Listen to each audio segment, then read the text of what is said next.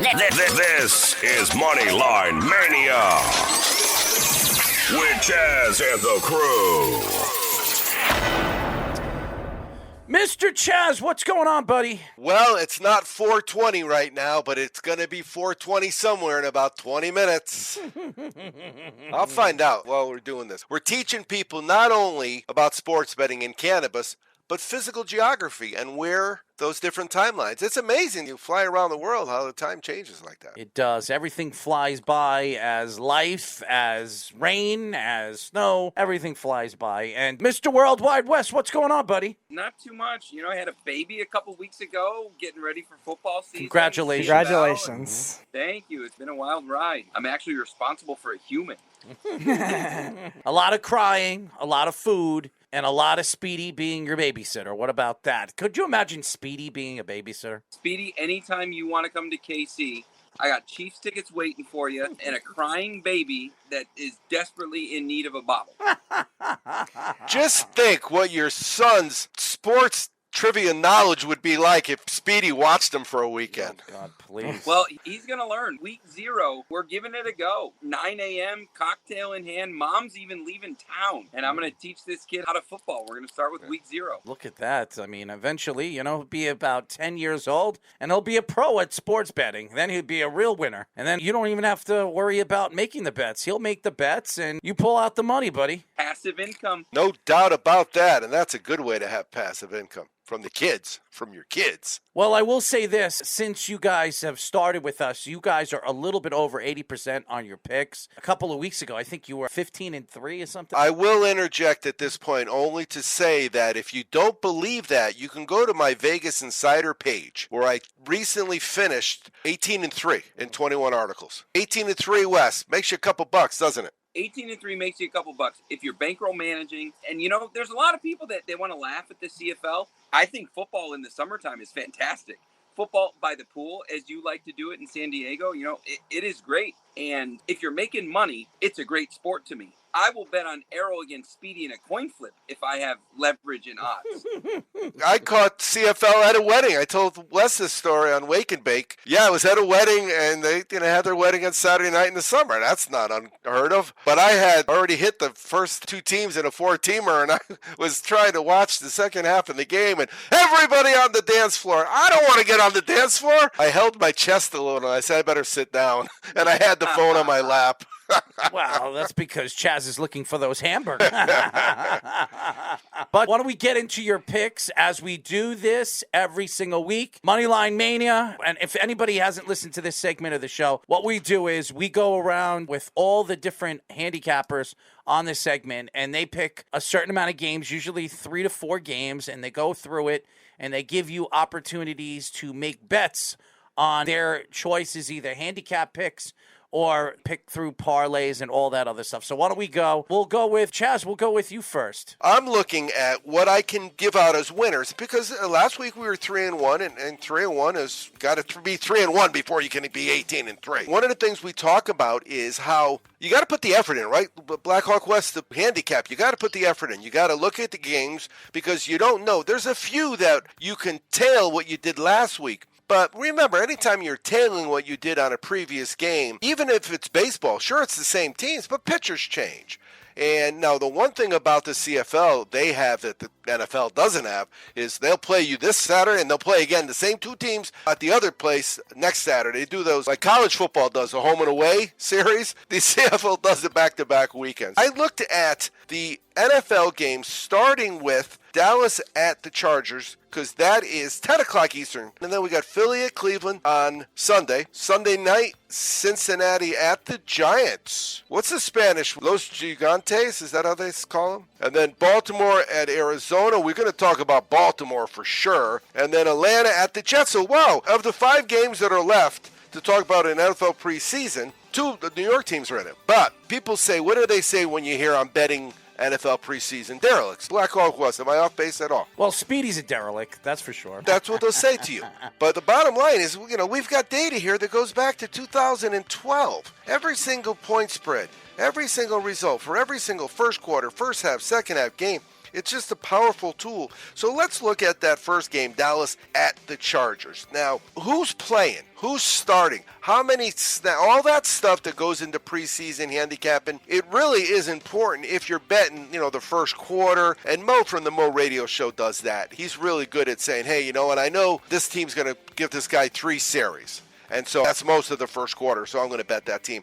I just look at what they've done in the past, and I've had a ton of success just assuming they're going to do it again. So I look at Dallas. Now, Dallas is pretty bad. Dallas, in their last 19 preseason games, they've covered the spread 3 times. They are 3-15-1. Now, I bash Dallas whenever I can because Dallas fans are waiting around for the rings. And J-Lo recently passed them in rings. If J-Lo can pass you in rings, you're not doing so well. Hey, there's plenty of rings. They're just on a pawn shop. Yeah, there you go. And so it's not any better when they're on the road. And they're going to the Rams Stadium to play the Chargers because the Chargers are run by a family that has cursed them. They have a curse that will last as long as the Spanoses own that family, and they are 3-14-1. That's information that's pretty valuable. So I'm going to pass it off to Wes as I look at more games. Chaz, just going along with the data, the game that I'm looking at tomorrow really is this Baltimore game. Nobody covers more overs preseason than Baltimore does. I don't know what it is about John Harbaugh and his approach to preseason games. I don't know if he's calling plays in a fashion that lets players score. The why is really difficult during preseason, but I'm looking at a 37.5 or a 38.5 over under, depending on where you look. I'm taking the Baltimore Zona game, and I'm going over 38.5. I think that there's going to be points scored on both sides. Kyler Murray has had some injuries. So has Lamar Jackson. And I think that it makes sense for both coaches to see what they got on the bench. And I don't know that it's going to happen by turnovers, but 38.5, we're looking for what? 21-18, 21-20. We're looking at a score like that. So I'm going over on the Baltimore Zona game, 38.5. I'll throw some numbers at you, Wes. These are numbers. I'm going to tell you the number, then I'm going to tell you what they are. 23, 37, 20, 17, 20, 26, 26, 29, 30, 27. You want to guess what those are? Those are Baltimore's team points. In their last 8 or whatever it was, preseason games. So the opponent barely has to score 2 touchdowns to get us paid. In those games, they are 27-3. 27-3 in their last 30 against the spread, preseason games, 16-2 on the road. The last time they lost a preseason game on the road was at Philadelphia. It was 2015. Speedy, were you driving yet?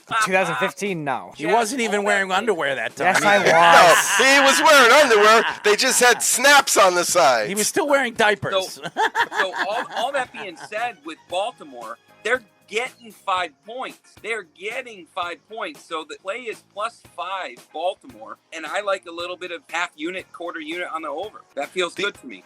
You know, that's so funny, guys, that when people say it's the roulette table all over again, people look at that because now, Easy Sports Data, we're on these trends way before they're talking about them on the shows on TV, Wes. But the people say, well, it can't happen again. It can't happen again. It can't happen again. I remember being at a roulette table watching people pour money on red because the little sign, the pole that stands up from the table showed it was all black. I got there from the beginning. It went 3 black. I loaded up on black. I hit black 14 times in a row, and then I lost. You always lose the last one because it went 17 straight blacks, and these people were dumping money on red, and the little girl, she's a cute little girl. She's just pulling the money with that little stick, taking it all to the house.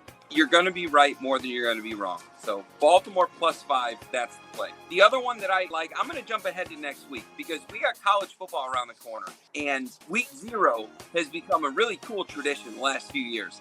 And the game that I'm looking at is Northwestern against Nebraska. That's probably the marquee game of next weekend. In Evanston, it's at Northwestern. Last year, Nebraska hung 56 points on Northwestern. This is a competent, well-coached, well-recruited team. At least as good as you can recruit a Northwestern team with those academic standards. But 13 points is the spread. I'm taking 13 points. I think that Northwestern has a real shot of winning the game. I think it's going to be close into the fourth quarter. I don't know who wins, but 13 points is too many, and I'm going to take +13 Northwestern. I love that Northwestern chant because they get beat a lot at football games. They're not very good. They've had a few Rose Bowl They were good in the appearances, short season. That's all I remember them being Yeah, good yeah. recently. And it goes something like, that's all right, that's okay, you're going to work for us someday. The whole student section chants that, because you don't go to Northwestern if you're stupid. The chant of Speedy is, that's all right, that's okay. I'm going to wear your underwear someday.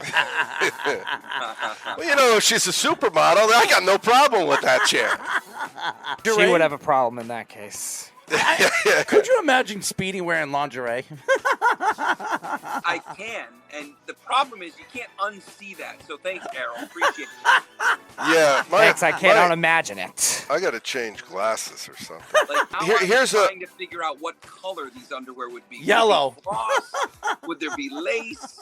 Little purple? The God. Giants. You got the Giants playing, right? They're hosting the defending AFC champion Cincinnati Bengals, but they're 9-2 in their last 11 first halves. They don't give up many points in the first half. That's one. And in their last 8 overall, they're 7-1. That's a nice one to look at. Okay, let's see. We got a 1-15 here. Last week, Atlanta beat Detroit at the last minute. Remember what happened? Detroit had them, and then they blew the game somehow. I forget what happened. But before that, they were 1-15 against the spread. Atlanta was. So when they go on the road, is it any better? Not much better. A little better. It's kind of hard to not be better than 1-15, though, if you think about it. So you know what? There's a Jets-Giants parlay in my future. I could see it now. Wow. Giants are giving 5.5. Jets are getting 2. I bet you the Giants and the Jets will score more than the Yankees have scored in 1 week. You would only need a field goal for that.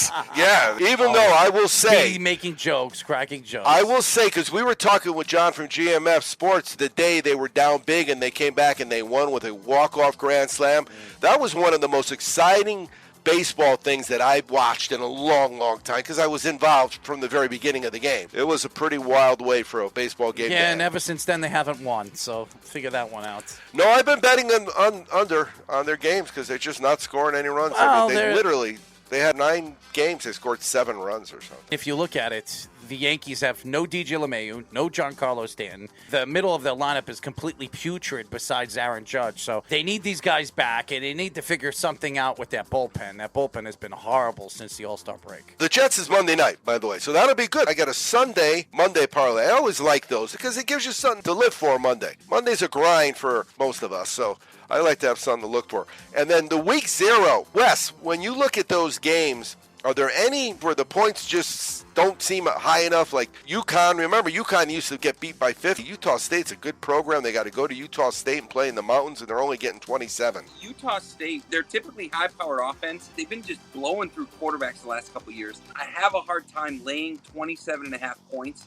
on week 0 or week 1. If I'm laying 27.5 points, it's like Bama against your local high school. 27 points is just too much. I'm just not comfortable with it. Utah State's probably going to cover it, but the one that stands out is Illinois and Wisconsin. I don't know that Illinois is laying enough points with Brett Bielema on year 2 against Wyoming. This is not Josh Allen, Wyoming, and it's at Illinois.